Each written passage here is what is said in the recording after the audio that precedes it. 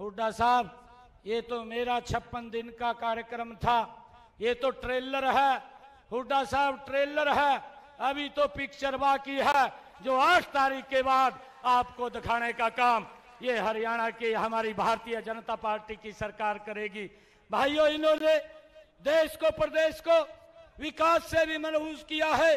भाइयों, क्षेत्रवाद इनके कार्यकाल के अंदर पनपा है और परिवारवाद इनके समय के अंदर बड़ा है। भाइयों, ये लोग ये झूठ बोल करके वोट तो ले जाते हैं, परंतु लोगों का शोषण करते हैं। भाइयों, मैंने पहला क्वेश्चन ये कांग्रेस के नेताओं से पूछा था कि आप ये बताने का काम करें कि आपकी सरकार में पर्ची और खर्ची से भाइयों नौकरी लगती थी, गरीब के बेटे को नौकरी नहीं मिलती थी, वो वोट दे देता था, नौकरी के नाम के ऊपर घूमता रहता था। आप इसके बारे में हरियाणा प्रदेश के लोगों को बताने का काम करें।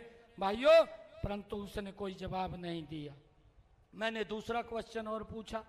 मैंने कहा, हुड्डा साहब, आपने हरियाणा प्रदेश के किसानों की, भोले भाले किसानों की जमीन को दफा 4 और दफा 6 लगा करके लूटने का काम किया है और दिल्ली में बैठे भाइयों दामाद को खुश करने के लिए यहाँ के किसानों के ये खून पसीने की कमाई को आपने वहां पर देने का काम किया है। इसके बारे में भी बताने का काम करें कि आपने भोले भाले किसानों की जमीन को क्यों दामाद को खुश करने के लिए दी है।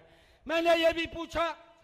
मैंने तीसरा क्वेश्चन ये पूछा था कि आप अपने 10 साल हरियाणा प्रदेश के मुखिया रहे हैं, आपने कितने किसानों की फसल को एमएसपी के ऊपर खरीदने का काम किया, यह भी बताने का आप काम करें। और मैंने एक क्वेश्चन ये पूछा था कि मेरे हरियाणा प्रदेश के किसानों की प्राकृतिक आपदा से फसल खराब हो जाती थी, आपने 2-2 रुपए 3-3 रुपए का चेक देने का काम किया, इसके ऊपर भी बताने का काम करें कि कितना पैसा आपने किसानों को दिया है।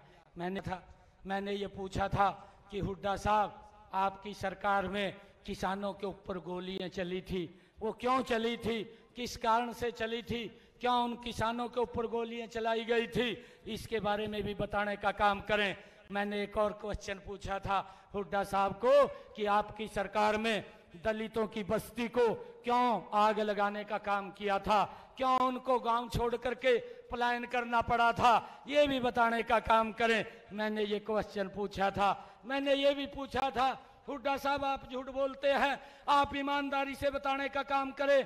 आपके समय में हरियाणा प्रदेश के बुजुर्गों को 500 रुपया पेंशन दी जाती थी और जाते जाते 2014 के अंदर आप खाली घोषणा करके गए थे 1000 रुपए की, परंतु 1000 रुपया आपने दिया नहीं था। वो 1000 रुपया भी 2014 में हमारी सरकार ने बुजुर्गों को आकर के देने का काम किया था।